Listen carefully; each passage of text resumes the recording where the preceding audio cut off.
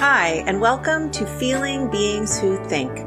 My name is Ariane Rice, and I am an Episcopal priest and leadership coach, and I am thrilled you are here.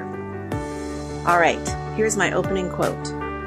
Every new beginning comes from some other beginning's end.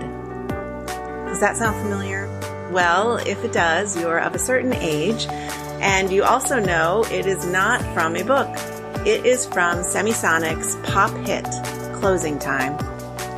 And maybe you, like me, associate it with Last Call. I'm dating myself here, but that was the song that was often played in the bar way back when I was young enough to stay up and stay out past 10 o'clock. But Dan Wilson, the songwriter, he was primarily inspired to write those lyrics from the birth of his daughter. And if you're a parent like me, I'll bet you can relate. Because of course, while it can be wonderful when you have a new beginning of a child, when you welcome your child into your life and into the world, it also marks a significant ending to many other facets of your life. And you may even feel a little guilty about missing them.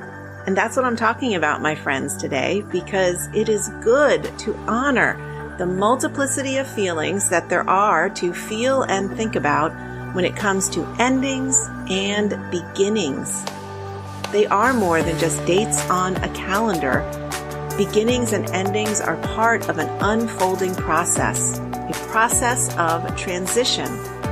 And that's what I'm talking about today with my guest, Lisa Tilstra.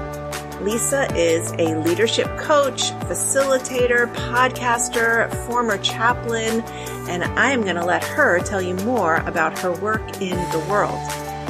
But together we are discussing the Bridges Transition Model. It is a popular and oft-used framework for navigating and teaching about change in organizations that came from his best-selling book from 1980, even before Semisonic, Making Sense of Life's Transitions, Strategies for Coping with the Difficult, Painful, and Confusing Times in Your Life. That title says it all, doesn't it? Okay, I am not going to explain any more because it is all in our conversation. And I hope that if any aspect of that title touches you, then I hope you come away with some tools, insights, creative possibilities for how you might support yourself in navigating whatever transition you are going through. And I do want to highlight a few podcast episodes that come up in our conversation. First, Lisa's podcast, Make Life Less Difficult. I highly recommend it and will include a link to it in the show notes.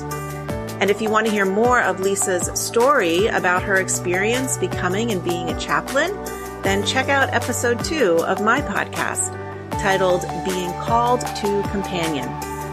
And if you're someone who would be interested to hear directly from the bishop that I reference a few times, Bishop Carrie Schofield Broadbent of the Episcopal Diocese of Maryland, well, I spoke to her back in September of 23 in an episode titled, coincidentally enough, The Grace of Beginnings.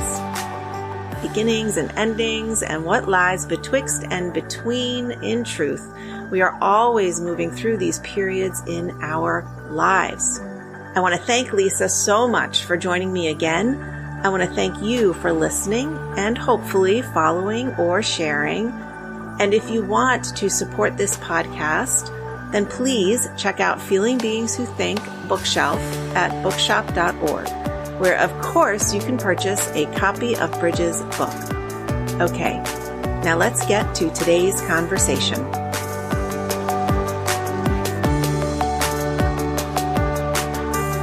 Hi there, Lisa Tilstra. Ariane, it is such a pleasure to be back in conversation with you on your podcast. I, too, am. My dimples are already aching, and I've only seen you for 4 minutes. So.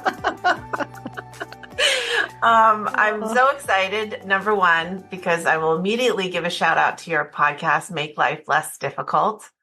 Beautiful conversations with such a wonderful variety of inspiring people. Thank you. everyday people who are not at all everyday or ordinary. So it's really great. Thank you. And it's time for you to come back as a guest. You've been on a number of times, and I'm like, it's time. Yes, we'll have to reciprocate. All right. Well, clearly you and I know each other, but please say a little bit about who you are, what you do, and then I'm going to get us right into talking about the William Bridges transition model, which I'm somewhat fascinated by right now. Okay, so. Yeah, so to say who I am in light of this transition model, I am a human being in transition. I think continual transition, and I have very large transitions that I've been through in life and continue to go through, and then I have smaller transitions. And I say that in the light of I do leadership coaching, I do podcasting, I run a real estate business, I do a lot of different things that are continually changing, and I like the change, and also the changes can be difficult and stressful and energizing all at the same time. Right. So I'm a person who likes change. There's certain people in the world who are wired up that they would prefer that everything stayed the same forever. I'm not wired that way. Actually, I like change. I seek out change. And ironically, I'm also sometimes extremely challenged by the changes that I seek out. Some changes seek me out, and I don't have, control over those, but there's many that I do have control over, and I still find myself drawn towards them. So that's a very big picture description of who I am. You're welcome to ask me to be a little bit more specific if you want, or we can just go. I mean, it actually ties into something he talks about in the book, our need and sometimes our frustration with an inability to define ourselves with nouns. I'm a teacher, I'm a priest, I'm a coach, and wanting instead to define ourselves with ing words. I'm I like preaching, I like teaching, I like coaching, I like facilitating. I don't want to necessarily have one title, because I don't know that one title covers all that. Yes. So human being actually works very well. I like that. I like that connection. So the William Bridges transition model is very specifically what I asked to have you talk about, because I was listening to one of your podcasts. I guess you were facilitating and leading a group in understanding the Bridges transition model. I learned about it through the church, actually, through a program we have that's around teaching pastors and lay leaders how to utilize models of organizational change that are often used in the more corporate sphere, how to be bringing them into the parish to help us with the way in which we run our systems. Nice. And then I happened upon the book, William Bridges' Making Sense of Life's Changes, and devoured it, because I'm in the middle of a transition of my own, but I don't want to go off on that right yet. So I would love to hear how you came to know the model, and if you could also just do a little explaining for us.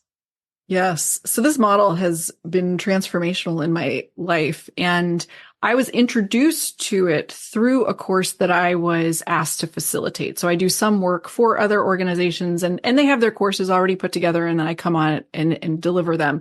And so that was the case with this. And I can remember so vividly, Ariane, I was in the Netherlands. I was teaching this class at the US Embassy there. And we were talking about change. And in this model, William Bridges says, change is an event. It happens. And say it's a moving to a new office, which we were actually talking about. Okay, well, on Friday, you show up at the old building and the old office. And on Monday, you're going to show up at the new office and the new building. And boom, change is done. You're no longer going to the old office. You've got a new commute route. You've got all this stuff. But how long does it take you to actually adjust to that? And that's where he says, change is the event, but transition is the psychological process that we go through. And he has identified these three phases. And typically we just think about the new beginning, but he says that's actually the third phase. And first of all, we have to recognize the endings. What's being lost? What are we leaving behind? And sometimes that can be a relief to leave something's been behind. Sometimes it can be with deep sadness and grief.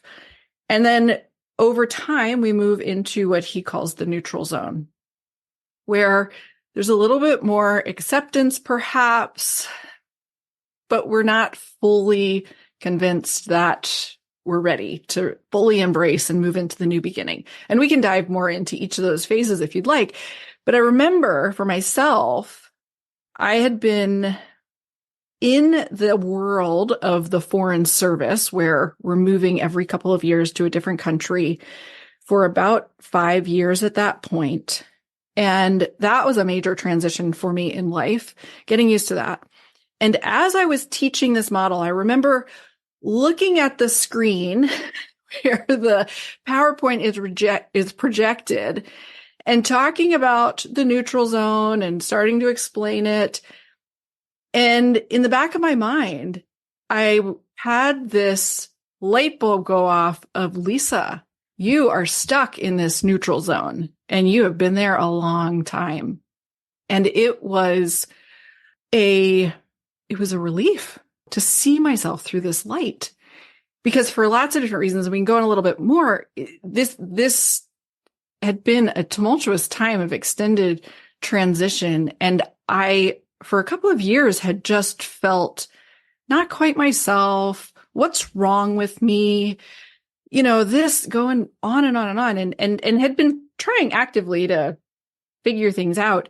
But it was so helpful to see this model and say, this is where I am. And I've been in this neutral zone for quite some time. And then, hey, there is something beyond this.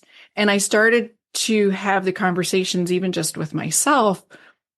Well, what can I do to perhaps move myself along into the new beginning phase? And there's techniques and strategies that we can put into place. And it really helped me to have this framework to normalize what I was going through versus asking that question, what is wrong with me?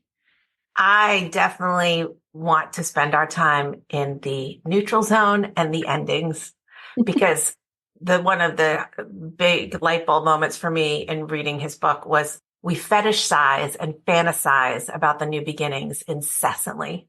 Yeah. And that's why we give such short shrift to the endings, and why we try so hard to get ourselves out of the neutral zone as fast as possible. And of course, I'm going to bring faith and spirituality into the conversation. Mm-hmm. And I'm going to highlight the first conversation I had with you on this podcast, where people can listen to your story of becoming and being a chaplain. I think it was my second episode, Lisa. But, the neutral zone is the wilderness. It's the desert. It's the 40 days or the 40 years. The neutral zone is a key component, and usually always an unwanted component of moving through something. Yes. Yes. And to use spoiler alert, there's real beauty in those wilderness periods, right? Which can be so difficult, nearly impossible sometimes to remember in the midst of those difficult times in the neutral zone. But if we just take it even to a practical sense, thinking organizationally, Bridges talks about it's in that neutral zone. And I usually say, when your car's in neutral, where are you going? Well, nowhere. You're just sitting there, right? So there's literally a slowing down. Productivity decreases. And the benefit to this is that it can actually really open the space for innovation and creativity. Right. And we all probably, maybe most of us listening, I know for me, it can be really hard to accept and embrace that slowing down, because we have a culture that goes. And, right. And we're not proving ourselves. I want to tell a little bit of my own story, and your story can come in around these ending things. So in February, I resigned from being rector of Church of the Good Shepherd. And there's a process to it in the church, but I informed the vestry that I was going to step down. And then later that week informed the congregation, which was a very emotional process, not just for me, but also for the people in the community. I've been there 12 and a half years. And, it's something I have discerned, prayed, had in my mind, as big shifts do. Mm-hmm. But then when you finally ring the bell and make it a thing, it's like, oh, that other word I'm not going to say right now. Indeed. And I had started, so this book, when I say it literally fell to the floor in my church library, I mean exactly that. It fell out on the floor. I was shocked. We had it in the library. We don't have very many books. And this is not one I expected to see there. And I had taken it with me on retreat. Before I made this announcement, I went to a monastery on retreat for a couple days of silence. And one of the exercises he has you do when it comes to endings is write about the endings in your life, personal endings, career endings, relationship endings, and how you handled them. And it really didn't take much for me to realize, like, oh, I handle them by trying to get through them as fast as possible to start the new thing. I started to realize, I think maybe sometimes the neutral zone might even happen once the new beginning has technically started, like once you've moved into the new office. Mm-hmm. And then all of a sudden you're like, how do I work here? Oh, Like, 100%. this isn't my office. This isn't my space. 100%. And in realizing how fast I tend to move through endings and not wanting to do it that way this time, I did realize that the length of time of my leave taking needed to be extended. If anybody from my community is listening, I wanted to do it really fast, which it's 4 weeks did not seem fast to me. 4 weeks seemed like, oh, that's plenty of time to say goodbye. And I basically doubled it to 9 weeks. And by the way, that was also at the request, my bishop, my new bishop did say, would you please consider it, which was a gracious way of asking me. And it was a good consideration because saying goodbye, does take some time. It does. And that's really courageous of you, Ariane, to extend that time. And as someone who over the last 18 years of my life I've moved a lot and had to say goodbye, I notice my family in my realm of friends and my husband's family and stuff, we're known for our long goodbyes. Like when my sisters and I start saying goodbye on the phone, my husband knows it's going to be another 30 minutes before we actually hang up. When we're together in family reunions, it's hugs, everybody hugs. And then it's like, okay, one more hug. Okay, one more hug. So long goodbyes are a tradition in my family. And it's been challenging as I've met people who really want a quick and fast goodbye. I know some people who actually, or someone that comes to mind, as I was saying goodbye in Sri Lanka, I was dropping something off at their house and they knew I was coming and they weren't there when I showed up. The kids are there. I had to run out and get my hair cut.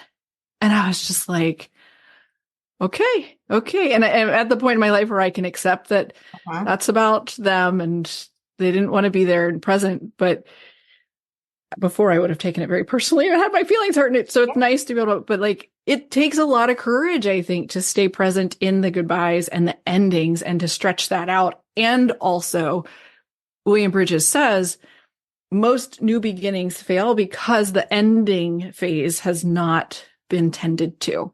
So it's critical. So let me say, and then please do whatever teaching that you typically do.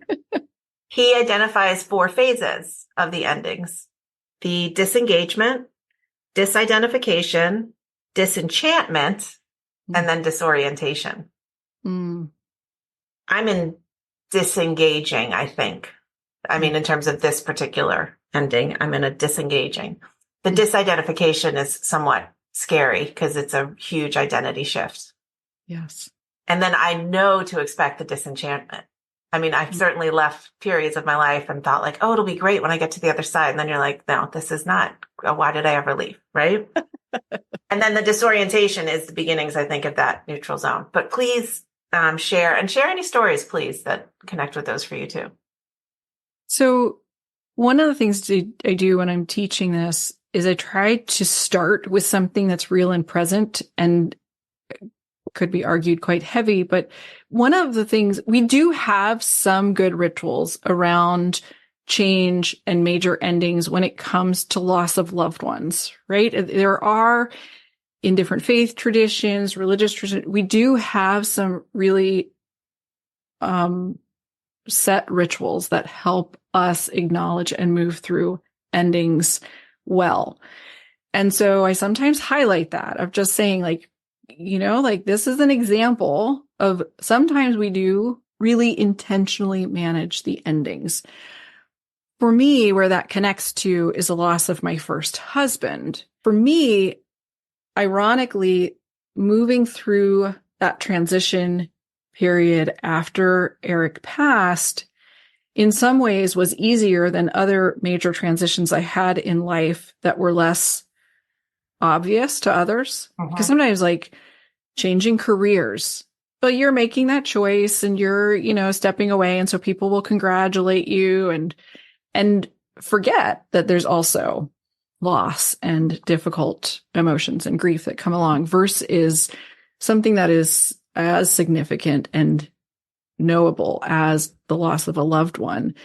And so having that just as a grounding point, I think it's helpful to recognize, how can we bring some of these rituals into the less seen, less knowable losses that accompany the different transitions and changes in our life, and be aware of that for others. For example, changing career. You might be changing careers the same time a friend or a loved one is, and the experience can be tremendously different. And it's one of the things that we see in organizations with change, where people respond so different to the change. And some people are so relieved. Oh, okay, we have a new boss. That's fantastic. But their colleague had a really close relationship with the boss. And so they really miss them and are grieving. And as humans, we can get frustrated with each other. And there's been times where I'm frustrated with someone because either they're not seeing my loss or I'm not seeing theirs. And so that ending zone is, there's such complexity to it. And all of those different phases within the ending zone that you mentioned, they can all be jumbled together. And, at certain times it might be really clear. Okay, here I'm disengaging. Here I'm feeling the disorientation. Here I'm feeling this. And other times it just might be all woven together and super messy and challenging to sort through. And again, different people will work through it different ways. So I'm going to pause there and just let you jump in.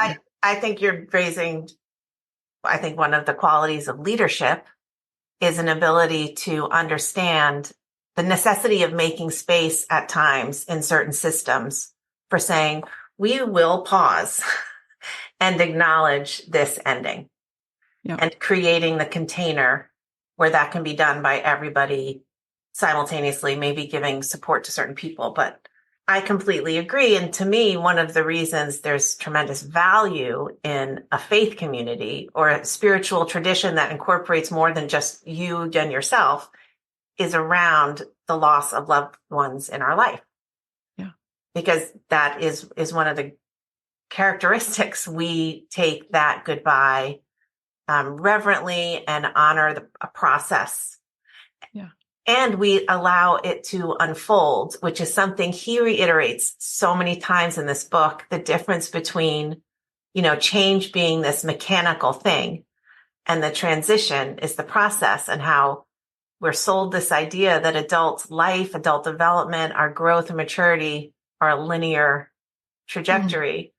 And they happen in these very clear steps that are easily identifiable, as opposed to this unfolding. Mm-hmm. And the unfolding, there's also a refolding and folding back on each other. And, when we draw out the model, or you look at the beautiful graphics of these models, like the William Bridges transition model, it looks neat and orderly and somewhat linear. And yet in real life, it is it's often not a linear process. And the complexity can be that one change might be the major change here. Okay, we're moving to a new office. Well, then I have another change because my commute has changed. And I used to be able to take public transportation and now I can't. And getting my kids to school has changed. And who's going to be done and picking them up and this. And then you have layer upon layer upon layer of change going. And you might go through the process fairly quickly for some of those changes, and others might be drawn out over months or years. And then you have this tumultuous complexity of it all. You're making me think a little bit about like college and grad school. Cause like when they start, they seem so like upending change. And then just when you feel like you're in the zone of it, it's time to go. Like you're done. Go on, have a nice life. What are some of the endings that you navigate with clients and in your work, that come to mind as we're talking about this? So personally, I like to open the door to the conversation of the personal loss because I've been through that journey myself. And it is often difficult to approach those deep losses. And sometimes I know in my own life, I don't know, should I bring it up? Should I not? And someone else asking a question about my loss or just sharing about their loss opens the door. So I like to at least crack that door open, even when I'm in professional work-oriented settings. I tend to mention that this loss is part of my journey, part of my story, just to crack open the door. Mm-hmm. And so I feel like that's valuable because every human at some point in their life experiences that loss on a very personal level. And I think it can make those times a little less difficult to know. Mm-hmm. Others have been on the journey too.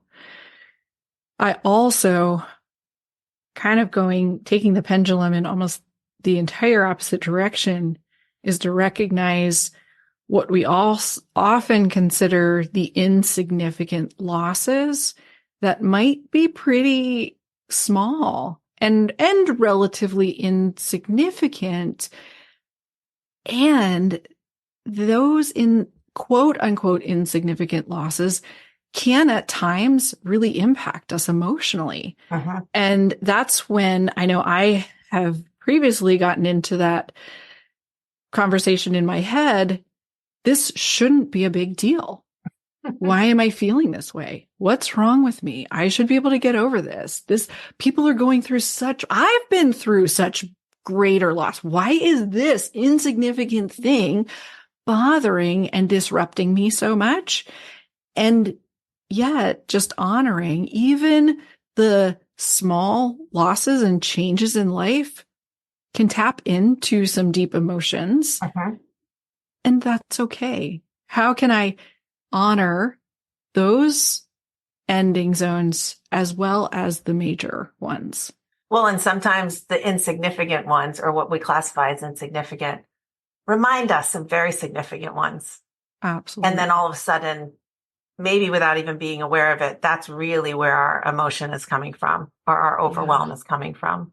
Yes. Yes. And it's sometimes safer to talk about the less significant losses, just depending on the context of everything. Maybe I'm in a space where it's not safe for me to talk about the major things that are going on in my life, but I can talk about the lesser things. And I think from the perspective of thinking about each other, I know there's been times in my life, and I tend to naturally be a pretty empathetic person, but there are times where I get irritated with someone because they feel stuck in that ending zone, and it can be difficult to just stay present with them and say, see you. And this is a really difficult time, and it's likely not forever, but right now this is the present moment, and it's okay.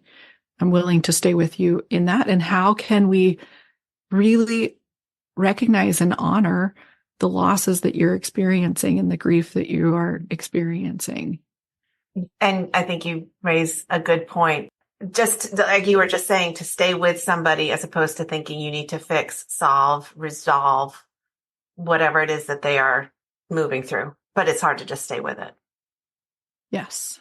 Yes. So, sort of in the line of, I say every day, I'll say it loosely every day in my life. It's not quite every day, but it sometimes can feel like an everyday loss of, moving and changing homes and changing, How many the times have you moved? friends. Because say a little bit about why you've moved. So in the last 10, 12 years, we've moved because of my husband's career with the Foreign Service. So we've lived in 5, 6 different countries, if we count the United States. And that's every 2 to 3 years.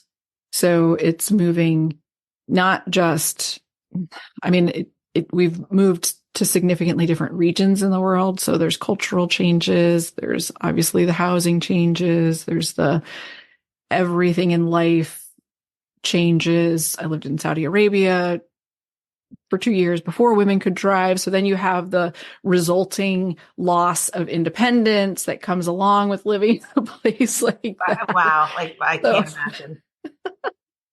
Yes. The layers. And then, how close or far it is to travel back to be with family. And then the interesting thing in moving back to the US a few months ago and being here for the foreseeable future, I am still feeling this sense of loss because even though I'm closer to friends and family, I can't be everywhere at once.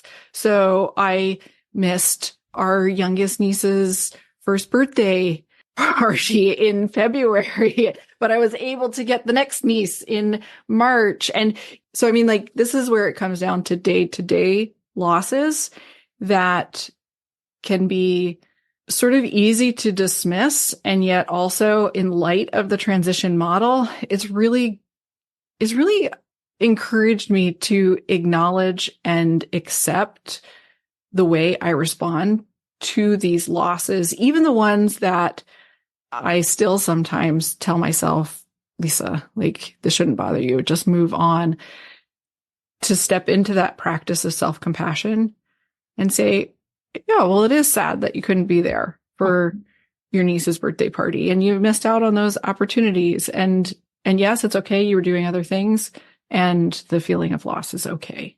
And there's that added component too of being okay with disappointing people because you want to be everything to all people. I don't know anything about that area. Nothing. It sounds so unfamiliar. When I told the vestry, I did say this when I told lots of people in different ways, but the first major telling was the person who was serving as senior warden, sort of like the main person, and then subsequently the vestry. And in both of those conversations, as I was very much crying, I apologized. And it was authentic. I know they're going to survive without me. That's not it. But I am the one ending this relationship and I'm sorry. There's no other feeling but feeling like I'm disappointing you. He talks about the ambiguity of the experience is so difficult. The fact that we so often, our identity is based on our circumstances. And then when the circumstances change, we're very much in ambiguous space. We don't even realize how much we associate who we are with the circumstances around us. So much. I would love if you're willing to share a little bit about your connection with the ambiguity through your present.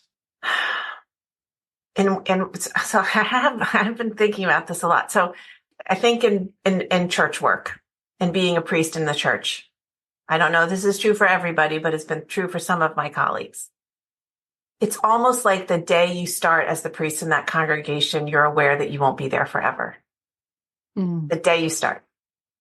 The first Sunday with the congregation, is the beginning of a finite period of time. So in some ways, I've thought about leaving for a very long time. And also there were points in my life where I thought I would be leaving sooner, just because of a career decision or whatever. Just like in most relationships where we take vows, which you do when you become a rector of a church, you make decisions over time to stay. I mean, I think we do that in marriages as well, in partnerships. So I've been thinking very more concretely about leaving full-time working in the church for several years, in truth, because I've been exploring all these other ways that I live into my vocation.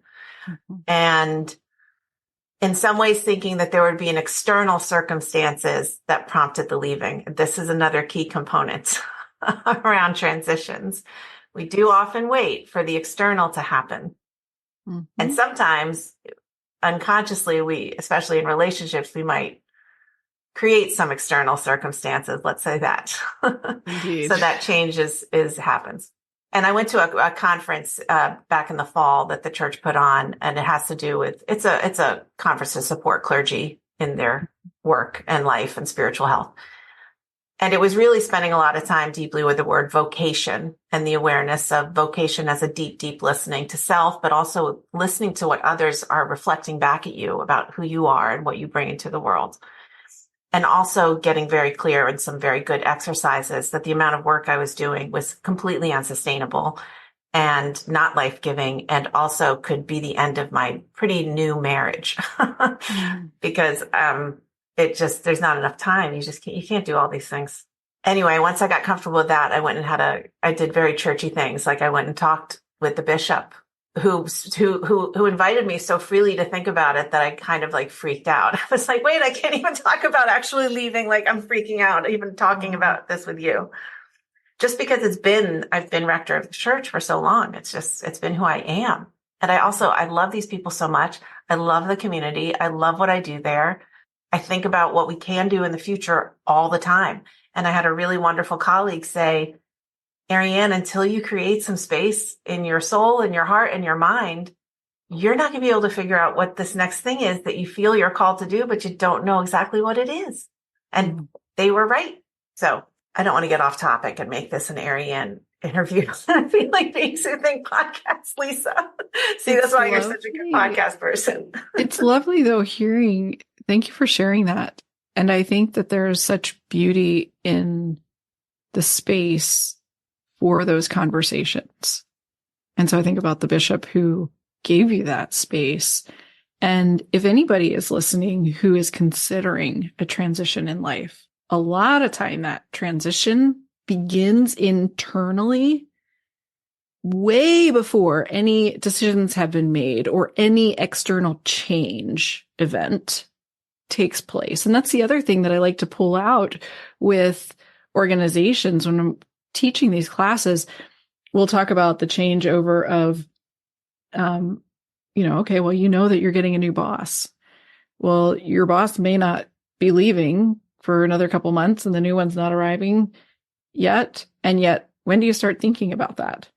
As soon as you hear about it, and in the world of the embassies and the State Department, the foreign service officers are moving every 2 to 3 years. So the local staff who stay in place have that similar feeling that you said of when you started, like in the church, you almost know that the ending is, and they've got a very defined date. And so creating spaces to talk about these transitions, I think is really valuable. And especially in that phase when you experienced for yourself the fear of even talking about it, I see that as a really important step in the process. And even if you couldn't fully talk about it, just that space that the bishop created allowed you to start considering this change, which prompts really the beginning of the psychological transition process. Right. And before that, this is one of the reasons in my wonderful experience with wonderful clergy, wonderful coaches, we really value colleague groups. We really value regular, intentionally structured conversations so that you can listen to yourself and do that for them. Because it was specifically the fact that a bishop was saying, in my hierarchical reality. That's where I was like, this is becoming real because now I'm really speaking it in the church. Yes. And then, when I went on that retreat, that's when I really got clarity that I would be coming back. And that's why I did an episode on the value of silence. I just, again, I mean, I do think faith, spirituality doesn't have to be like a long-standing institutional faith tradition, but practices where we learn to be quiet and to quiet ourselves. Yeah. That's just incomparable. I just think it's a necessity. Yes. And to do the externalizing work of a lot of, I don't know if it's talking into a laptop or a computer or writing, to really write and then read what you've written. You will learn things about yourself with the ending 100%. And how you're formulating it. Yeah. Once I started realizing that I was fetishizing a little bit the new beginning, because I started thinking about, I can do this and I can do that, and I'm going to da-da. And then when I looked back at how I did all these endings, and I was like, Ariane, just stop. Because, and then when I read about the neutral zone, I was like, Ariane, you're going to have to spend time in the neutral zone. You don't think you have to, you think you have it all figured out, but no, you have to be in that neutral zone. Here's the complexity of the new beginnings that I've found. We have sometimes in some change and transition processes, we are really excited about the new beginning and we can't wait to get there. And for me, when I've had that sort of change and transition, most of the time I've gotten there and I've looked around and I've been like, this isn't exactly what I had in mind. Yeah. Maybe I made the wrong decision, maybe this, that, or the other. And at some point in my life, I realized, hey, I might have felt 100% confident, sure, led by God, led by whatever higher power I'm connected with. This absolutely was the right path for me to take, right decision. And it doesn't mean everything's going to be smooth sailing once I get there. It's going to continue to be tumultuous. And while a new beginning might involve some sense of relief and being re-energized after being in the neutral zone, some of that can be a wonderful place to be. And again, the complexity is I might still feel some attachment to what was before. If it was something that was really good, or even if it was something that wasn't really great, like there's still connection points. And the most tangible example that I felt of this for myself was on my wedding day to John, my second husband. And here it's a beautiful day. I'm happy. I feel so grateful. And I remember waking up that day with a deep sense of sadness.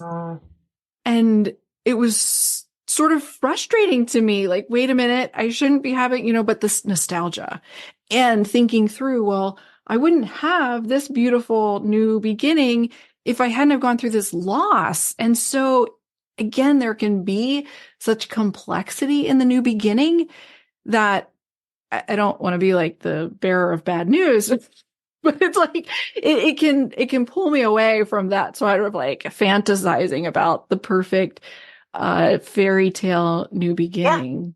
Yeah. No, and also there's the ending of your time being single, which I'm sure I won't make assumptions about your time, but it was very, very difficult, especially after losing your husband. But then at a certain point, perhaps there was an awareness of appreciation for being an individual single person. Life is simpler. When you meet the second person and there's that initial, once you start paying attention, and this again, I think is so valuable to reflect back, to spend time like reflecting on endings, neutral zones, new beginnings, and then the next one to kind of see some of the patterns. That will also, it also gives me a little strength that, after however many years of old I am, I have more to reflect on, but we're doing it all the time and to pay a little bit more attention to it. And I also think you brought up another thing, the complexity of it is the fact that we don't feel one thing at once. We just don't.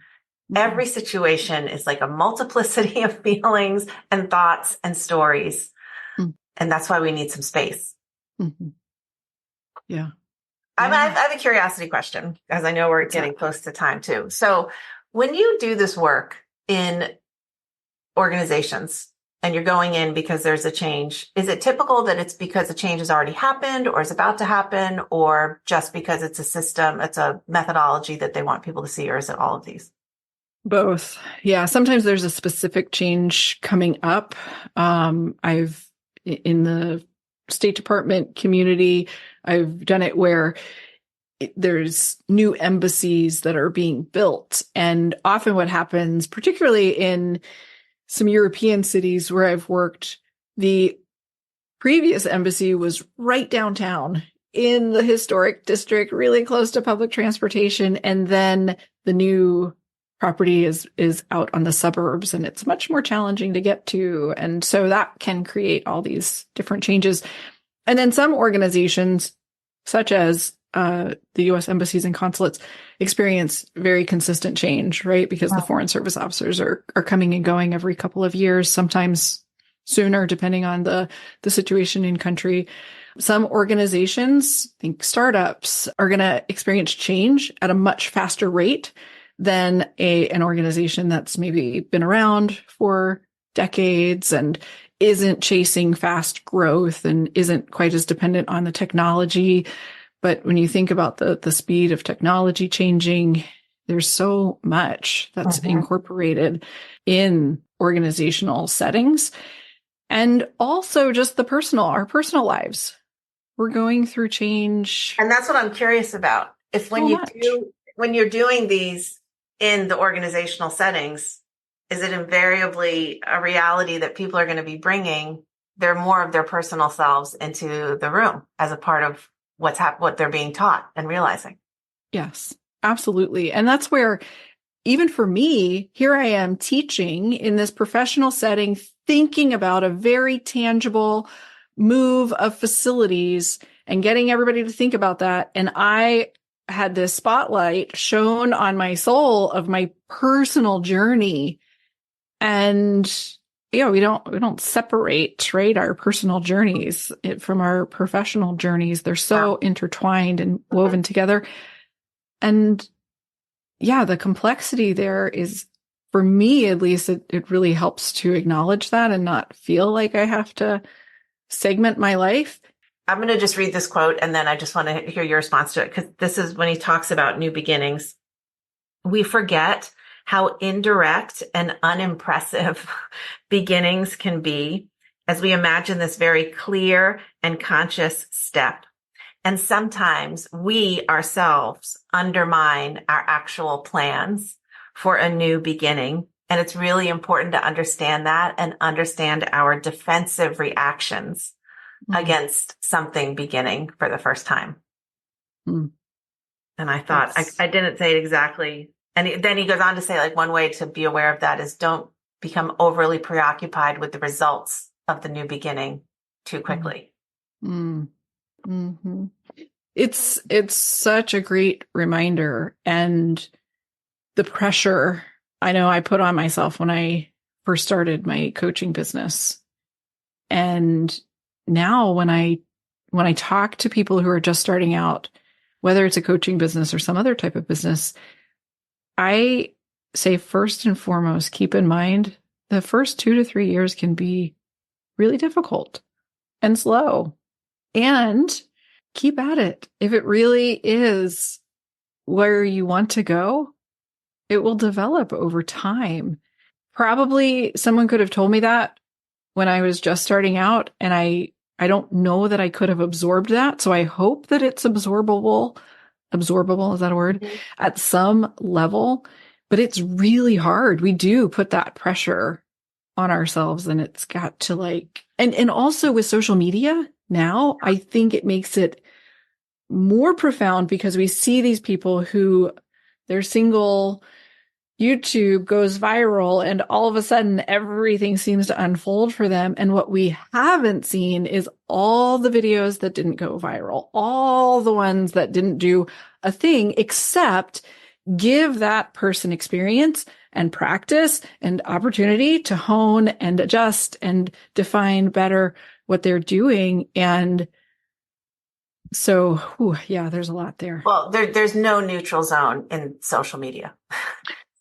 We do that. We do There that. is, but we don't see it. It's all behind the scenes. Exactly. And so we assume that it's not there. Endings. Yeah. Yeah. We assume it's not there for others. It's only me that's going through that. Everybody else has found this grand success. And it's like, no, that's not the case.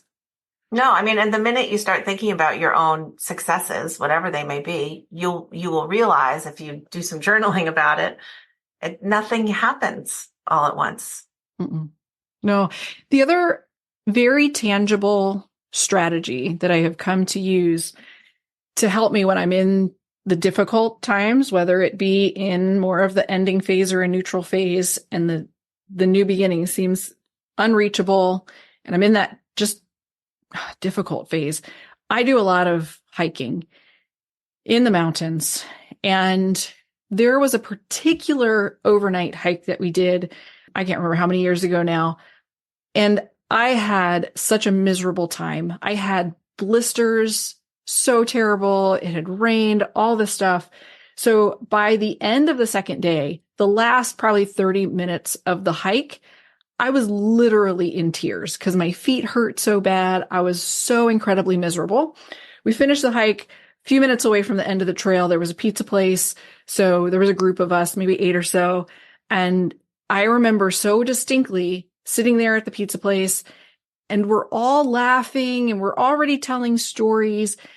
And I had this, again, light bulb moment of 45 minutes ago, you were crying on the trail, Lisa, and your feet hurt so bad. And here you are laughing. You don't even feel your blisters anymore because you've gotten your boots off and you have your sandals on.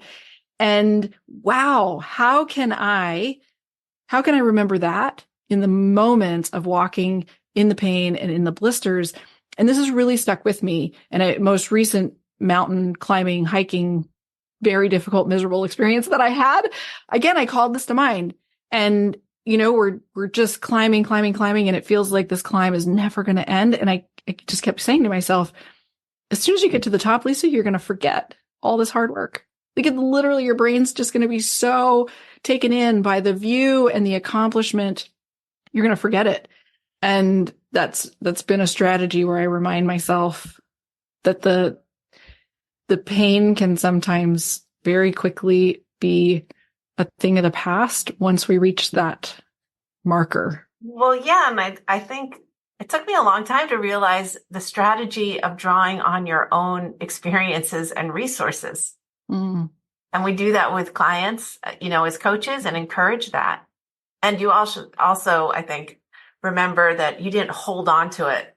You didn't hold on to all your, you were able to eat. I mean, pizza might have helped with that, but you were able to enjoy your time with your friends, and you got your boots off. And yeah. And I didn't wear those boots again. I got new boots because they gave my feet blisters. Right?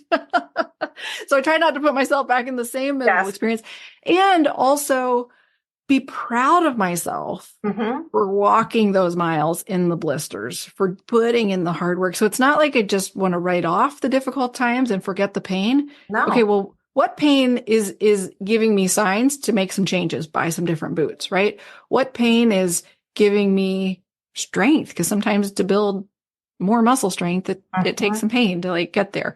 What pain is injury? And I need to I need to rehab this, right? So there's different ways of analyzing that to, again, keep us moving forward and ultimately remembering what we're capable of. Yeah, I know. I was sitting here. I'm like, well, how can I ask Lisa to sum up one takeaway about but I can't. And I'm like, that would be stupid. That would negate the entirety of my interest in this topic. I want to leave everybody with ambiguity, more questions than they had at the start. And all of a sudden, maybe some awareness of in this thing, I'm at a neutral zone. In this thing, I think I might be the beginnings of an endings. At this things, I might be at the ending of a new beginning. I mean, the fluidity of that. And I think being comfortable with that is a good place to end. But before we end, anything you want us to know about Make Life Less Difficult podcast, or work you're doing, or new countries you might be moving to, or? Thank you for that. I just want to say I really resonate with that fluidity that you mentioned. And I think that if there is something to really hold from this conversation, is remember that change and transition is fluid. And particularly if someone's listening who likes to have things very linear and planned out, that can be a very difficult part of the process because it can be quite difficult to plan out. And also it can just, it can normalize the difficulty of it. And to bring that to the make life less difficult, my whole passion behind that project is during the difficult times to know we're not alone, to hear other people's stories, connect, relate, and that there's that's not a magic wand. It doesn't suddenly make it easy and resolve anything. It just makes it a little less difficult. And the times that I have heard someone share their story and I've connected and I've said, oh, okay, I'm not the only one. It just makes it a little less difficult. This model, this transition model made the difficulty continues to make the difficulty of transitions in my life a little less difficult. It's still often hard work. And then I'm also even more grateful and aware when I move through certain changes and transitions really quickly, because sometimes it does go really quickly and I'll be like, oh, what a beautiful experience. And then be more patient and compassionate with the slower, more fluid and convoluted process. Yes. Okay. Well, Lisa, thank you so much for joining me again. And I do look forward to our next conversation. Same. It is such a beautiful space that you create here, Ariane, and I feel energized and just filled up here at the end of our conversation. So much gratitude to you.